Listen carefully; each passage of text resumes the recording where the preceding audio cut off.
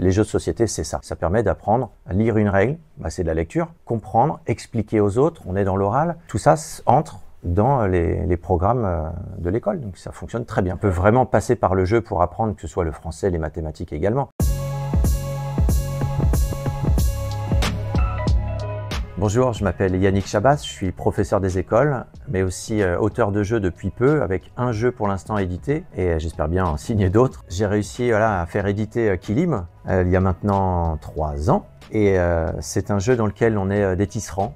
On est les uns contre les autres et le sultan nous fait une commande. Il a commandé un kilim, c'était un tapis oriental. Le but, ça va être avec des mises de récupérer des petits bouts de kilim, de les tisser devant soi. Celui qui aura le plus beau à la fin gagnera. Il y a plusieurs façons de marquer des points. Celui qui a le plus de points gagne la partie. Donc c'est à base de cartes et de tuiles. J'ai joué depuis tout petit avec mes parents à des jeux très basiques comme tout le monde a à la maison. Et puis petit à petit, on est passé sur des jeux un peu plus gros. Tout à coup, on a découvert le jeu Carcassonne.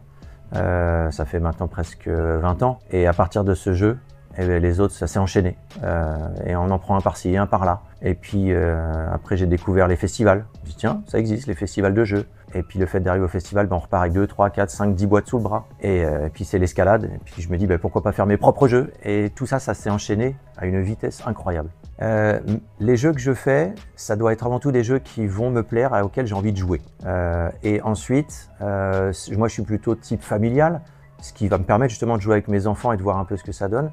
Et parfois ça part d'une idée, d'un thème de vacances. Parfois ça peut partir d'un matériel que j'ai trouvé en brocante, d'un petit jouet, d'un petit truc comme ça. Et à partir de là, je vais me mettre à écrire d'abord. La façon ensuite de jouer, ça va venir après. Ou alors parfois c'est la mécanique. J'ai envie de faire du draft, c'est-à-dire je prends mon jeu, je récupère un truc pour moi, je passe à l'autre joueur. C'est très variable en fonction des jeux. En fait, je compte beaucoup sur mes enfants pour tester, surtout les prototypes.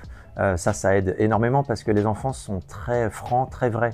Si un truc qui plaît, on va le voir tout de suite. Si ça plaît pas, on le saura directement. Et moi, c'est ça que j'aime bien. Je teste aussi les prototypes dans ma classe avec mes élèves. Et ça, c'est génial le retour parce qu'on a du coup un panel plus grand que 2 enfants à la maison. Et ça, c'est comme ça que j'avance aussi. Je suis professeur depuis 2009, donc ça fait bientôt ça fait presque 15 ans maintenant. J'ai toujours été dans les Yvelines.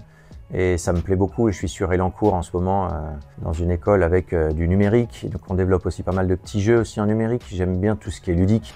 Donc que ce soit avec des jeux de société ou avec des jeux vidéo, ça fonctionne très bien, j'adore ça. Et je fais généralement un vendredi par mois avec mes élèves où on fait des jeux de société. Ça peut être des jeux de logique ou des jeux vraiment de société où on se met ensemble. J'ai pas entendu parler beaucoup de « je veux être avec Monsieur Chabas pour les jeux », mais je sais que certains sont ravis de me retrouver parce qu'ils savent que le vendredi, ça sent les jeux. Voilà, en récréation, on a sorti aussi des perplexus, donc ces petites boules de logique où on doit essayer d'apporter la bille sur un parcours.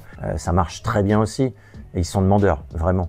Là, pour l'instant, j'ai mis un pied dans le monde du jeu. J'aimerais en mettre un deuxième, donc j'essaye vraiment de finaliser mes prototypes, de les montrer aux éditeurs pour pouvoir signer d'autres contrats. Mais clairement, pour en vivre, il faut sortir entre 6 et 8 jeux par an. C'est très compliqué. Ou alors faire un best-seller, c'est-à-dire faire un jeu qui est vendu tout de suite à plus de 100 000 exemplaires. J'en connais beaucoup qui étaient professeurs, qui sont devenus maintenant auteurs à temps plein. Ils se comptent sur les doigts de la main. C'est très compliqué. J'aimerais un jour. Ça devient compliqué parce que c'est vrai qu'il y a énormément d'auteurs. Il y a presque 1500 jeux qui sortent par an. Pour se démarquer, c'est compliqué. Quand j'ai une idée qui va arriver parfois à 1h du matin, je suis obligé de prendre mon téléphone, je vais m'enregistrer, je fais beaucoup de dictaphone.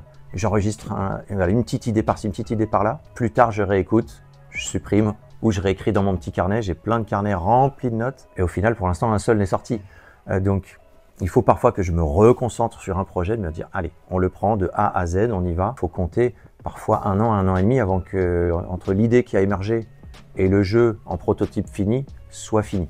Il y a des concours qui sont faits. J'en ai fait aussi sur Lacanau ou d'autres villes comme ça qui proposent des concours sur lesquels le gagnant va avoir une place pour aller montrer son prototype.